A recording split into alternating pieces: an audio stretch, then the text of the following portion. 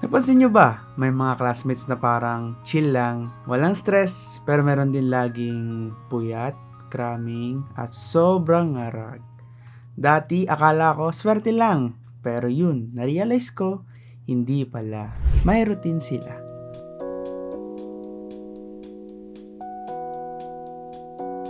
Hi, ako si Anthony. HRM student ako. Pag wala ako sa school, tumutulong ako sa kantin ng pamilya namin. Hilig ko rin ang fitness. To be honest, minsan sabay-sabay lahat. Sobrang nakaka-overwhelm. Pero unti-unti, natututunan ko kapag may routine, may discipline at responsibility. Mas nagiging magaan ang buhay. Minsan, may mga gabi na plano ko mag-aral. Pero after mag-Facebook ng 5 minutes, biglang 11 p.m. na wala nang energy, wala rin akong nagawa. Doon ko nalaman yung decision fatigue. May study si Roy noong 2011 sa Florida State University na nagsasabing limited lang ang energy ng brain sa paggawa ng decisions. Sa research niya, judges gave more approval sa umaga pero after lunch, halos wala na kasi pagod na sila mag-isip. Dito sa Pilipinas, students spend around 6 hours per day social media. Kaya bago pa tayo magbukas ng libro, ubos na agad ang mental energy. Kaya doon, narealize ko, kapag may routine, hindi nasasayang ang oras. Hindi na kailangan mag-overthink. Just do it. Anong una kong try mag-push-ups, 50 agad. Ginawa ko. Isang araw. The next day, grabe, sobrang sakit ng katawan ko.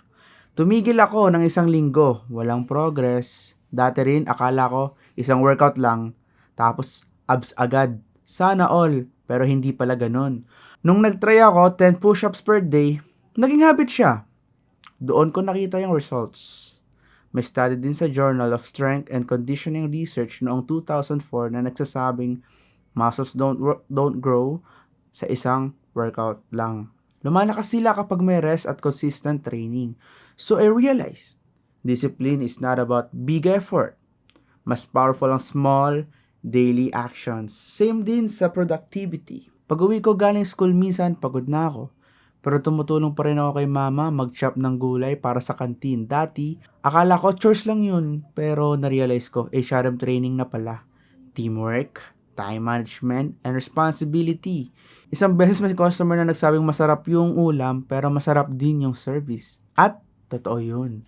Around 70% ng customer satisfaction ay hindi lang dahil sa product, pero dahil sa service experience. At bilang Pinoy, kasama na sa culture natin yung pakikisama at malasakit. Yung simpleng pag-aalaga at respeto sa tao, duty lang sa pamilya, pero sa future ko, sa hospitality. Akala ko rin, mas productive kapag nagpupuyat. Pero sa totoo lang, mabagal mag-isip, parang lutang, halos parang lasing. Minsan nga, feeling ko parang zombie sa klase.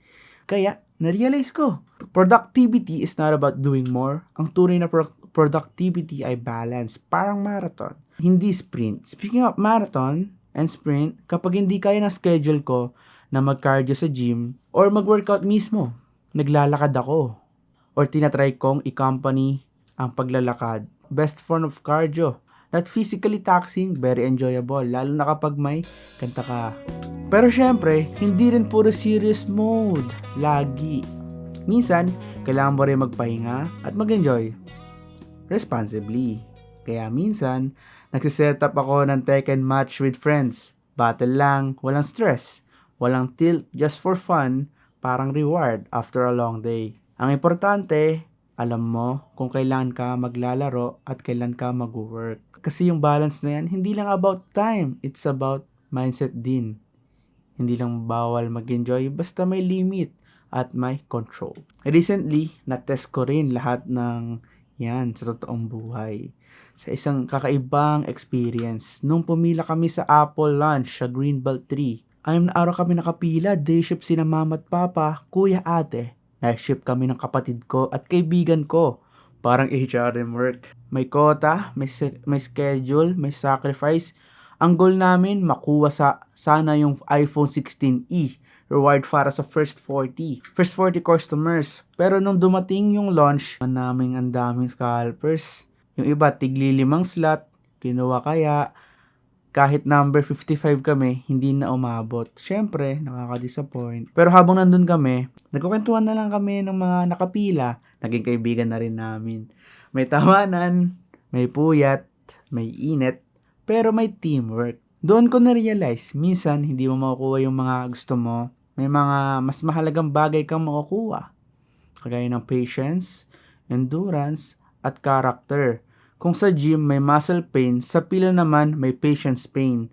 Pero pareho lang ang lesson. You don't get something from nothing. At kahit hindi ako nakakuha ng brand new iPhone, binigyan ako ng kuya ko. iPhone 11 Pro Max bilang reward sa effort.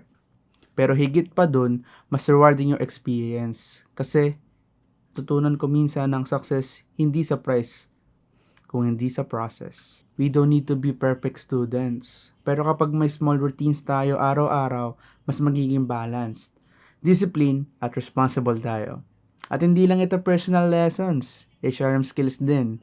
Service, consistency, and care for the people. Productivity is not only for ourselves, pero para rin sa atin kung paano natin tinatrato at sinaserve yung ibang tao. Kasi at the end of the day, hospitality is not just about a subject. Lifestyle siya with malasakit, with balance, at heart with success. Hindi lang galing sa isang malaking action, nanggagaling ito sa maliit na bagay na consistent nating ginagawa. Kung kaya kong i-balance ang HRM, fitness, family, work, pati yung konting laro, patience sa pila, kaya rin nating lahat hanapin ang sariling balance natin.